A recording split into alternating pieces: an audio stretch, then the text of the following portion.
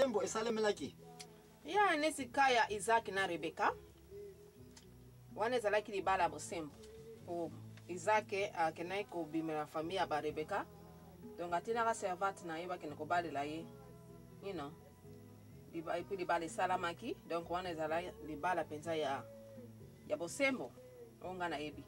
Bien. Wana mama ani ozana raison na koika ko côté un peu moi mke na détail mke un peu approfondi que Isaac azali mwana batanani ya Abraham. Ya Abraham, n'est-ce pas? Ba parents. Faut que na on nzamba lo bek de ba parents. Ba kozana bana bango. Mais bana fa bi me ba parents ba ke no sani ya bango pe libota. Que comme c'est comme ni mariage. Avant tout le Isaac faut ça obligé to yeba ete Isaac azako fa ne pa nani. Isaac azako fa ne pa panga na ye. Rebecca azako fa ne pa nani. E pa panga na ye. Siko ordre ekoki ete Isaac yepe fabima agna ubongisa ya libala. De place na olobeli mama anete Abraham atindaki servant na ye. Kende na mboka ya baba Rebecca. Kende kopona ngai mwasi selon esprit ya Nzambe epesi na basini oyo kosenga. Eke soki omoni mwasi kozwa yete koyana yepete. Eloko moka kosala nini? Bakado yango oyo. Mbongo yangoyo, misolo yangoyo, to yebi na biso te na culture na bango. Ya mwasi ngo ko pona oyo ngape na yebi na ngaite. Mais avant ozo mwasi oza obligé tu na bango condition ya libala po papa ya mwana ya mwasi oyo officiellement a libéré nani? Mwana. Simande Zoye selon culture na bango, selon bonkulu na bango, selon condition familiale na bango. Kokisa ba condition nyonso oyo comme ça biso tokozwa nani mwasi oyo. Et puis akomi officiellement propriété na biso, droit na biso, to iko réclamer na ndenge solingi.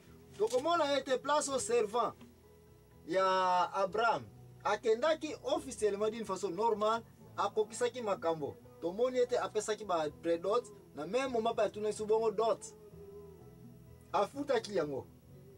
Bon bolingi su nini bakokisa ba condition nyonso nde suka lupeta merci lupeta. Oh uti uturo ba lupeta nyonso bakokisa ki yango lupeta na ba oyo basili koyeba français ezali dot bakokisa makamu nyonso papa ya mwana ya mwasi asalaki nini asengaki papa ya mwana ya mwasi o eske apesaki permission ke banda lelo mwana oyo ya ngai lisuste akomi mwana bino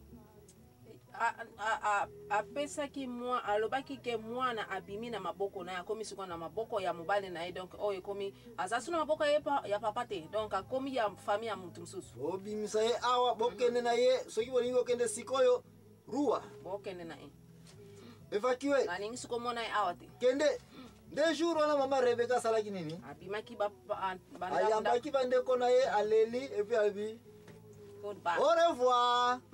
Akomi propriétaire batanani ya Isaac. Est-ce que oyoka ki place quelque part papa ya Rebecca ayeko déclarer na ndako Isaac ke aoyo mwana ngai nakoloba nako insister si wele kamfi mwana wele n'est-ce pas bon wana le kaya papa Isaac na nani na Rebecca obenya on libala normal n'est-ce pas ya normal omoni était officiellement azu certificat azu assurance moi sûr yaye bien. Est-ce que ça suna comme so iko pesa biso ezali na Biblia o ezali ke libala o ezali ya bosembo te sikoyo ko ka opposé eza illégal ya neti libala ya Adam na Eve wana ezaki normal te Adam na Eve ozako benga bango libala ya eza libala mais ezalaki mais quand tu supporter comment Adam na Eve ezalaki libala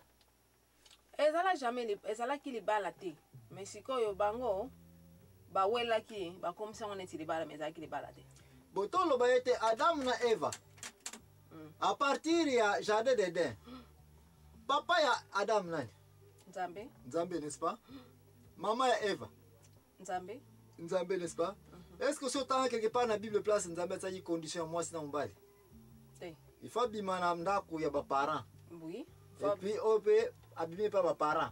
Ba mbale basangani bakomi nzoto. Moko. Des places où ya komona c'est un peu très compliqué entre Eva na Adam.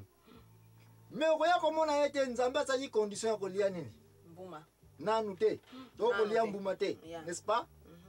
Makama mbuma to kolobela ngo peut-être parce que tenter ko devient un truc wana ile pomme te na ile kaka banane.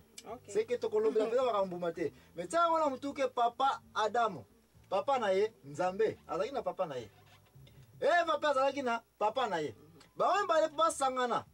Bakoma nzoto moko, il fallait kaka permission ou te pa na nani et pa na Nzambe. Nde place o ya ko mona te ba église nso zoli ko swana trop précisément église protestante. Okoya komona ba division za kosalema trop entre mo etali mbuma wana mena prometa mineke mkomsusu kolobela mbuma wana mais soko yoko tala pesa des catholiques bat bazana richesse ya littérature chrétienne soko yoko tala na mikanda ba grec ya ba hébreu be biblia oya kala ya liboso okoya komona ete ba recherche to sila ko sala déjà o to kolobela mukolo mususu permission il faut ezala mwasi na mbali basangana soki permission ezali te bosala ngo na ndenge na bino bokusumuki. Oh God. Ya mwana mama alina peso resultat ngolobete pesa nga kaya libala oyo yebesala madini façon illégale o pesa nga kaya Adamu na Eva na ndimi yango petoko lobela yango ndeko kokeni musika te.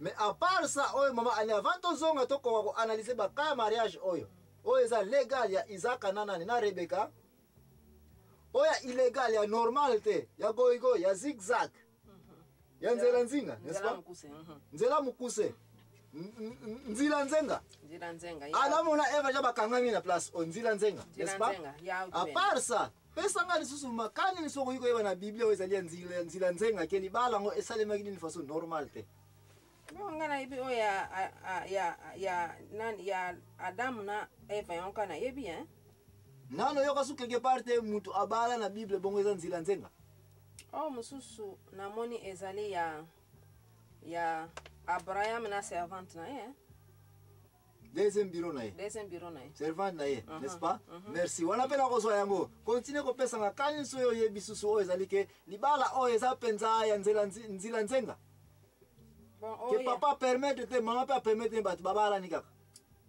oya Isaou lisusu bo Esaú lisuna ko so kana ye parce que Esaú to yebete problème azaki na ona ba parents na c'est parce que sala kinini azali ko bala ba bikolo ya pembeni ba Philistin o bazali ke ba ennemi ya bana Israël merci ka o na ko so yango lisusu continue su ko pesa nga mususu na za suna mususu te sodi ko bakso aussi o yoka ka ya David ake ko bala su mwana batu mwasi batanani ya soda n'est-ce pas o mwasa za ko sokola na bassin wana lisusu n'est-ce pas est-ce que libala yango omona ki fruit nango production nango to ezalaki normal non ndenge ezalaki normal te ko ba permettre ki bango te bo punition ekotaki na vie ya David omona ki aperdaki bokonzi na ye kutu na Jérusalem n'est-ce pas akena kosala ki boye pa na bal babamaki mabanga babwaki ba pousser na bana mike na basi kimi Jérusalem yo likama soni Pona nini parce que tanta ikozo mwasi ya batu sans permission. Donc bref mama ani merci na baka osili ko pesa ngake. To luka kaya libala ya normal. Opesi biso kaya Isaac na Rebecca. Peto ko iko lobela ngote metoko mona combien de fois ba bénédiction e yaki na libota oyo. Parce que ezaki nini? Ezaki nini ya donc ba libala ya normal. Ba pesa iba permission yango. Bazwaki permission pa baboti. To yako mona sikona kaya désordre ko yako mona te nani Esaú lobinanga Esaú bana nani bana Rebecca ya ko mona te permission ezalaki te mais Esaú ye kenda ko sala nini ko bala na ndenge na ye ekuta ke nini cher to yako mona sur roi David na ko tamba na goy ko yako so mwasi ya batu ya mwana yo mobali zo tango so ko lala ka basi abatu babala ye ba ye quelque soit le ka ko futa yango parce que so roi David na bala ko so mwasi abatali bala afuta ki yango yo na ngai tozali banani po toza courage ono kotelemela to kozo mwasi bato azali nini officiellement marié mo officiellement yango to kolobela parce bato mi bazo kanisa ke to kena kozo mo réponse tanto kozonga bongo to ko analyser pe qu'est-ce signifie roi David ake kozo mwasi bato oya ko bala et puis ba pinirie na soki roi David ake na ko bala ake na kozo mwasi bato azali na libala te bato point oyo tozali kolobela tokena kozwa repos ntango tokozonga ngai l'impresario Joakim Zamona koyeba komona korépondre mama aina le deux cas ya libala ya normal na libala ya anormal qui est illégal. Merci kokeni mosika te ndeko na ngai